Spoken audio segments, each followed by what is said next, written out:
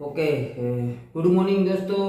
આજે તમારી સમક્ષ પાછો આવ્યો છું વિડીયોની અંદરમાં. બે ચાર મિત્રોનું કેવું હતું કે સાહેબ આર્થરાઇટિસ કે વાની બીમારી હોય તો એની અંદરમાં આપણે કેવા સપ્લિમેન્ટ આપવા જોઈએ, કે આપણી પાસે ફૂડ સપ્લિમેન્ટ છે તો વાની અંદરમાં શું કામ કરી શકે, અને આની અંદરમાંથી જો આપણે છુટકારો મળે એવા કંઈ પ્રોડક્ટ હોય તો સજેસ્ટ કરો. તો સાહેબ મેં લાસ્ટ આપણી એક કંપનીની સરસ મજાની મિટિંગ થાય છે, VWS, બરાબર છે.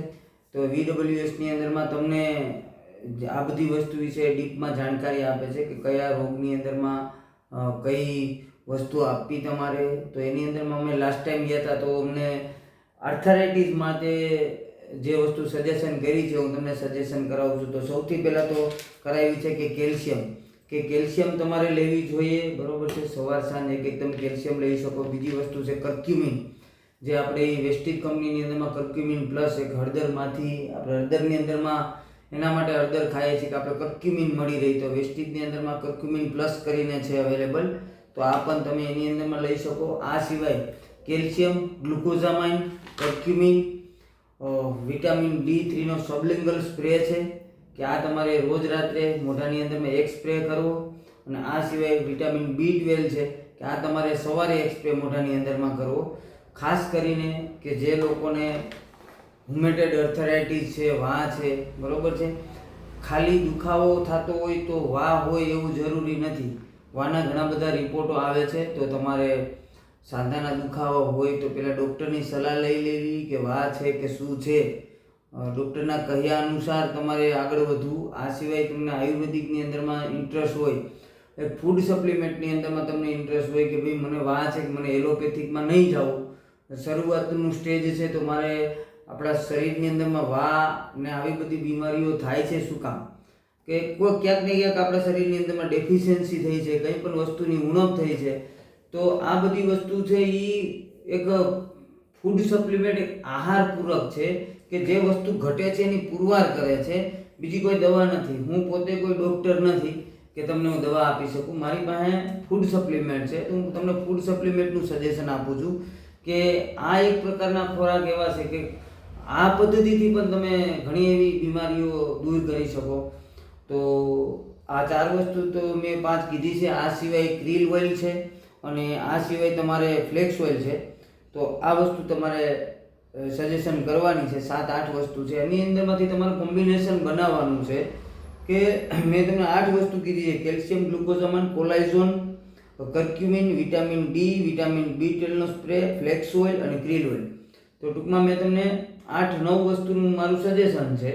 તો એની અંદરમાં માનો કે કોઈને લચીલા પણ ઘટે છે, બધા ગોઠણના બધા હાંધા દુખે છે, તો આપણે સ્નાયુના તાણિયા જેને આપણે કહીએ કે તાણિયાનો કોઈ પ્રોબ્લેમ હોય, વધારે પૂરતો હાથ ઊંચા કરવામાં, પગ ઊંચા કરવામાં ખેંચાતા હોય, દુખતા હોય, તો કોલાજન એડ કરવું અથવા તો સ્કીપ કરવું. તો આ બધી વસ્તુ મેં આપી છે. એમાં તમે 1-2 પ્રોડક્ટને સ્કીપ કરી શકો છો. મેન જે વસ્તુ છે કેલ્શિયમ, ગ્લુકોઝામાઇન સ્કીપ ના થાય. આ સિવાય ફ્લેક્સ ઓઇલ છે એ સ્કીપ ના થાય. તો વા છે તો એના માટે જો વાનો રિપોર્ટ જ તમારી પાસે હોય, ખરેખર એકચ્યુઅલમાં કોઈને વા હોય, ગઠિયો વા હોય, તો તમે એને કોલેજન પણ તમે એને સ્કીપ ના કરી શકો. અત્યારે કોલેજન આપણી પાસે અવેલેબલ પણ નથી.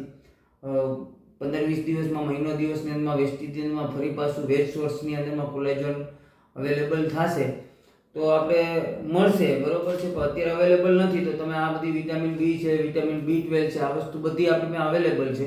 તો આનું તમે કોમ્બિનેશન બનાવી શકો છો. તમારે પહેલાં તો જાણવું કે તમને રિપોર્ટ કરાવે તો રિપોર્ટમાં જો વિટામિન D ઘટે છે, વિટામિન B12 ઘટે છે, શું લોહીની ટકાવારી ઘટે છે, કે શું કબજિયાત છે, ડાયાબિટીસ છે, શું પ્રોબ્લેમ છે, બરોબર છે. એને જાણી અને આપણે કોમ્બિનેશન તમે બધા ભેગા કરી શકો છો અને આની અંદરમાંથી તમે કોઈ પણ બેસ્ટ સજેશન કરી અને આપી શકો છો. જો તમે આપો છો તો તમારે આ બધી વસ્તુ છે એ સ્પ્રે છે તો તમારે સવાર સાંજ એક સ્પ્રે કરાવવાનો છે. ગ્લુકોઝામાઇનની કેલ્શિયમ છે તો એ તમારે 3 ટાઈમ પણ આપી શકો, 2 ટાઈમ પણ આપી શકો, પણ બનતી કોશિશ છે સવાર સાંજ 2 ટાઈમ તમે આપી શકો છો. કર્ક્યુમિન છે તો તમે આને સવાર સાંજ આપી શકો છો કર્ક્યુમિનની. ક્રીલ ઓઇલ છે તો બપોરે જમતી વખતે એક આપી શકીએ છીએ. ફ્લેક્સ ઓઇલ છે તો એ આપણે સવાર સાંજ જમી અને એક આપી શકીએ છીએ. અને કોલાજન છે તો એ આપણે સવારે 1 ગ્લાસ પાણીની અંદરમાં પાઉચ નાખી અને આપણે પી જવાનું છે. તો આખો દિવસની અંદરમાં બોડીની અંદર એ ઓબ્ઝર્વ પણ થઈ જાય અને આપણે એનું મેક્સિમમ ઉપયોગ પણ લઈ શકીએ. તો આ મેં સજેશન કરાવ્યું છે તમને એક વા માટે કે કોઈને વાનો રિપોર્ટ છે, કોઈને વાનો પ્રોબ્લેમ છે, ગોઠણના કમરના દુખાવા રેગ્યુલર જે લોકોને રહે છે, રિપોર્ટ પણ નથી કરાવ્યો ને દુખાવા રહે છે, તો તમે આમાંથી કોમ્બિનેશન બનાવી શકો. શરૂઆતના સ્ટેજની અંદરમાં તમે છો તો આપણે માનો કે સ્ક્રીન ઓઇલને સ્કીપ કરીએ છીએ, flax oil, glucosamine, calcium, vitamin B12 રાખીએ છીએ તો પણ હાલશે.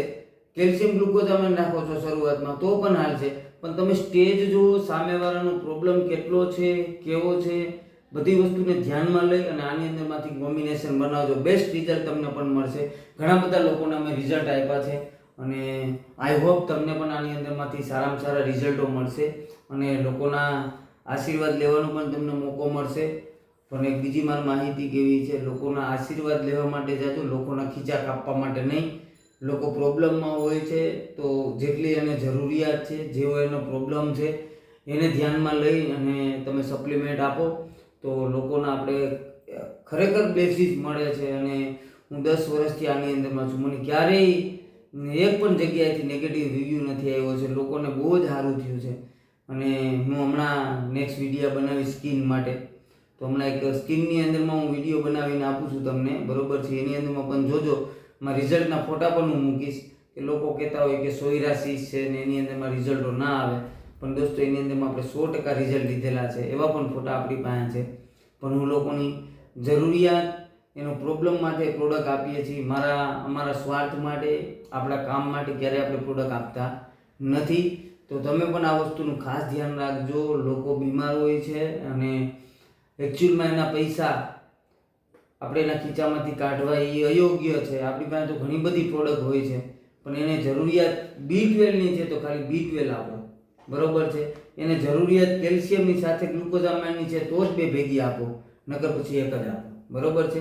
અને એકમાં સારું થઈ જાય, તમને અનેક માણસો આપશે અને તમને કાયમીના માટે યાદ કરશે. અને એ જે તમને મજા આવશે ને એ 5 વસ્તુ દેવામાં મજા નહીં આવે. જે મેં કીધા છે એ બધું કોમ્બિનેશન છે, આમાંથી કોમ્બિનેશન બનાવીને તમારે આપવાનું છે. આ બધી વસ્તુ ભેગી આપી દો એવું હું નથી કહેતો. એટલે આની અંદરમાંથી તમારે ત્યાં જોવાનું છે ને કયા લેવલનો પ્રોબ્લેમ છે, કયા લેવલનો એને વાહ છે, ક્યારની એને તકલીફ છે, એકચ્યુઅલી એની કન્ડિશન શું છે, બરોબર છે. એટલે એના અનુસંધાને તમે આ વસ્તુ દેજો. અને બીજી વસ્તુ તમને કહીશ કે ક્રીલ ઓઇલ છે એ નોનવેજ સોર્સની અંદરમાંથી બને છે. એટલે ખાસ જે લોકો પાસે તમે બેસો એને અચૂક વાત કરવાની છે કે ભાઈ આ નોનવેજ સોર્સમાંથી બને છે. પછી દવાના રૂપની અંદરમાં છે તો બધું વેલિડ કહેવાય, પણ છતાં કોઈ વ્યક્તિઓને આપણાથી એવી વસ્તુ ના કહેવાય જાય, એનું ખાસ આપણે ધ્યાન રાખશું. તો આ હતી આર્થરાઇટિસ માટેનું મારું સજેશન. તમે પણ તમારી રીતે સજેશન લઈ શકો છો, કંપનીમાં મેલ કરીને પણ તમે જાણકારી લઈ શકો છો. તો thank you so much, wish you well.